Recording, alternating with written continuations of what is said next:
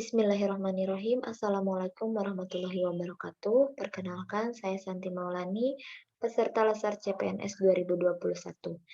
Pada kesempatan kali ini, saya akan mempresentasikan resume mengenai komitmen mutu. Komitmen terjadi antara individu atau kelompok yang membuat sebuah janji kemudian dilakukan dalam suatu perbuatan. Adapun mutu merupakan ciri, sifat, atau standar kelayakan. Nah, mutu dapat dijadikan sebagai pembeda atas pembanding, misalnya dalam sistem pembelajaran. Membandingkan antara proses pembelajaran selama pandemi atau sebelum pandemi, apakah ada peningkatan atau tidak. Kemudian, landasan komitmen mutu ada 3, yaitu efektivitas, efisiensi, dan inovasi. Efektivitas akan dicapai dalam proses pembelajaran misalnya. Apakah kualitas pendidikan itu semakin meningkat selama pandemi ini? Kemudian bagaimana cara kerja kita? Bagaimana cara kerja kita untuk meningkatkan kualitas pendidikan tersebut? Langkah-langkah apa yang akan dilakukan selama proses pembelajaran dalam masa pandemi? Kemudian inovasi. Inovasi itu merupakan sesuatu yang baru. Berarti kita memberikan suatu metode yang baru kepada siswa agar siswa dapat dengan mudah memahami pembelajaran selama pandemi ini. Kemudian dalam menjaga komitmen mutu ada beberapa hal yang harus diperhatikan, yaitu tujuan, peran, prosedur. Salah satunya kita harus contoh dalam proses pembelajaran. Tujuan yang ingin dicapai adalah meningkatkan kualitas pendidikan selama pandemi. Kemudian kita sebagai guru berperan dalam menciptakan suatu proses pembelajaran yang kondusif. Nah, prosedur atau langkah-langkah yang seperti apa yang dapat kita lakukan?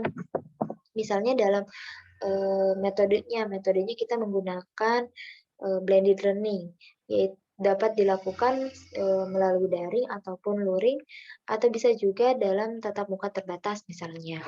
Nah, kemudian ada hubungan guru bekerja sama dengan orang tua dan siswa akan mempengaruhi keberhasilan dalam mencapai tujuan tersebut.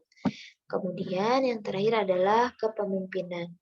Nah, kebijaksanaan guru dalam menerapkan sistem pembelajaran ini tentu akan berpengaruh dalam mencapai tujuan untuk meningkatkan kualitas pendidikan. Dan selanjutnya ada 5 pilar TQM. Total Quality Management dalam proses pembelajaran. Kita mulai dari pemimpin. Pemimpin dalam proses pembelajaran berarti adalah seorang guru. Guru akan menentukan arah kemana pembelajaran ini dilakukan. Nah, kemudian guru berkomitmen bersama orang tua dan siswa untuk membangun suatu proses pembelajaran yang kondusif selama pandemi ini. Terus, di dalam proses pembelajaran ini, guru harus menciptakan inovasi pembelajaran yang baru agar siswa mudah memahami semua materi dalam proses pembelajaran. Sehingga produk yang nanti dihasilkan akan lebih meningkat. Ya, diharapkan lebih meningkat dari sebelumnya. Nah, bentuk-bentuk inovasi, ada inovasi di dalam produk, layanan, metode kerja, dan sumber daya.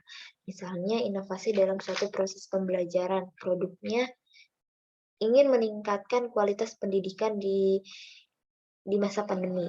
Kemudian layanan yang akan kita berikan itu seperti apa? Baik kepada orang tua ataupun kepada siswa. Nah, metode kerjanya. Metode kerja selama pandemi dalam memberikan proses pembelajaran, misalnya tadi dengan menggunakan metode blended learning. Artinya, guru dan siswa bisa berinteraksi dalam tatap muka terbatas misalnya, atau luring. Nah, sebagian siswa bisa, ketika guru sedang luring, sebagian siswa lagi bisa menggunakan proses pembelajaran secara daring, ataupun inovasi dalam sumber daya. sumber daya itu bisa sumber daya guru, misalnya guru terus berusaha meningkatkan kualitas dalam kompetensinya untuk menunjang profesinya sebagai guru. Dan sarana prasarana dalam proses pembelajaran selama pandemi ini tentu akan lebih mendukung ketika semuanya bisa diajak bekerja sama. Nah, mungkin itu yang dapat saya sampaikan. Terima kasih. Wassalamualaikum warahmatullahi wabarakatuh.